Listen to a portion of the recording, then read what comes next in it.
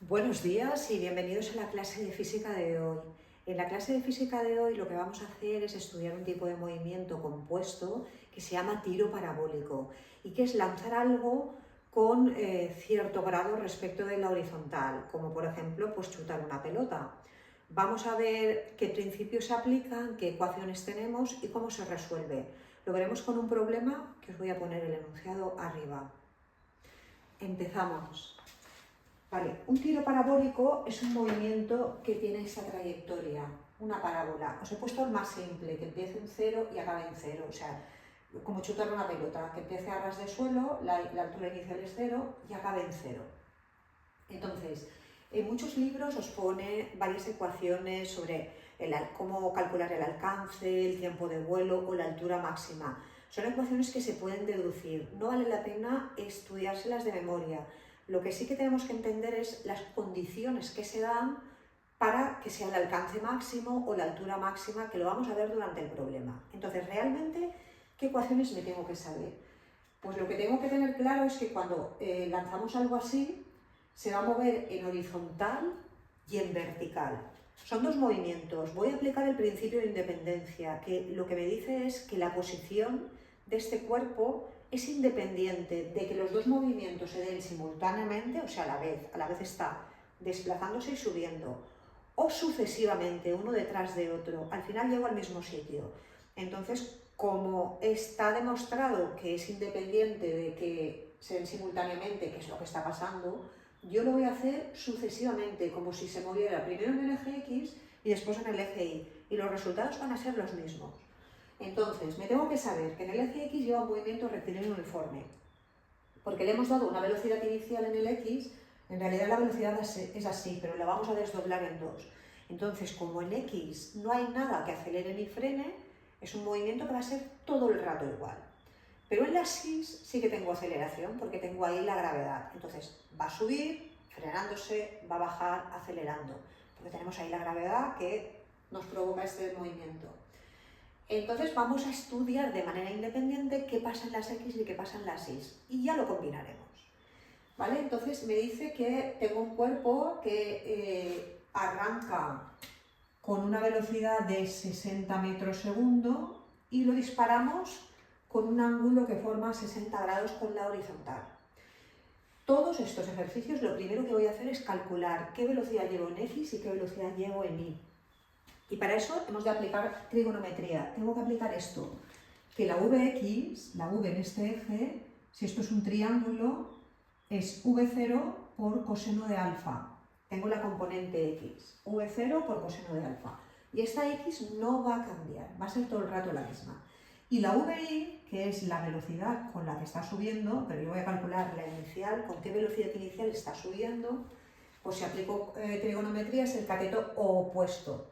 Este es el cateto contiguo que está al lado y este es el cateto opuesto. Pues tengo que multiplicar V0 por el seno de alfa. Siempre arranco con esto y una vez que tengo las velocidades iniciales voy a ver qué pasa en el eje X, qué pasa en el eje Y. Entonces empiezo con el eje X. Como con el eje X tengo un movimiento rectilíneo uniforme, tengo que aplicar esta ecuación, que es la única que tengo. Tomo mi sistema de referencia que va a ser el 0, 0. ¿Vale? Tengo la X0, la Y0, cuando arranca. Entonces, la X final, como esta es 0, depende de la Vx, que la Vx es V0 por coseno de alfa. Voy a sustituir los valores. La Vx inicial o final, porque esta no va a cambiar, es 60 por coseno de 60. Y eso me va a dar 30 metros segundo. Pues yo ya sé que la Vx son 30 metros segundo. Y el tiempo de vuelo no lo sé, se me va a quedar esa ecuación. En el primer apartado me piden el tiempo en llegar aquí. Y ahora veremos eso, cómo le digo que está ahí, en ese punto exacto. Primero me dejo las ecuaciones. Ahora voy a ver en el eje Y. Este es el X, voy a ver qué pasa en el eje Y.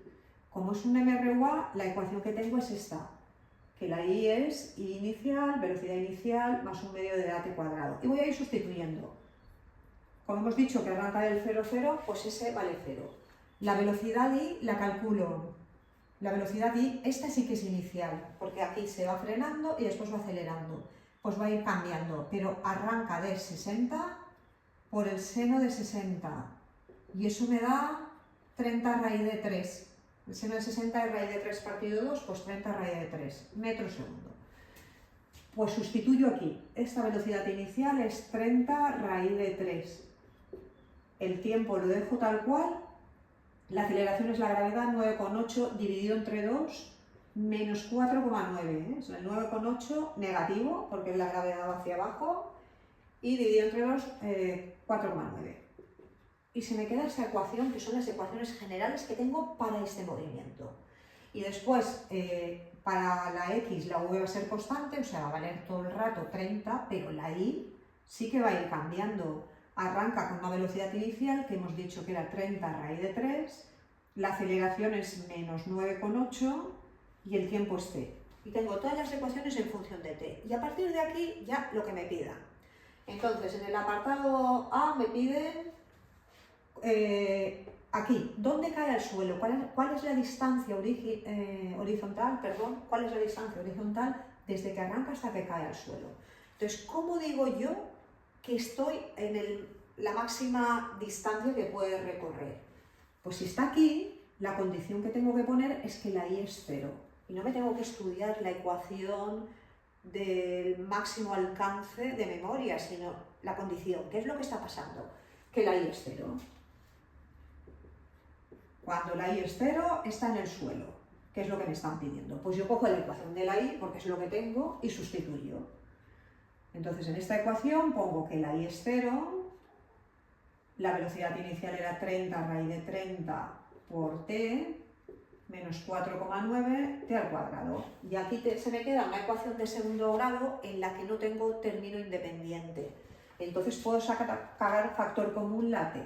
Pues saco factor común la t. Se me quedaría así, 30 raíz de 30 menos 4,9 t. Tengo dos soluciones. El primero es que la t fuera 0 y sería el primer punto. Tengo una y 0 cuando la t es 0, o sea, estoy aquí. Y ahora me voy a la segunda solución, que es esta. Y entonces tendría que igualar 30 raíz de 3 menos 4,9 por t a 0. Y de aquí saco el tiempo, que sería 30 raíz de 3 dividido entre 4,9.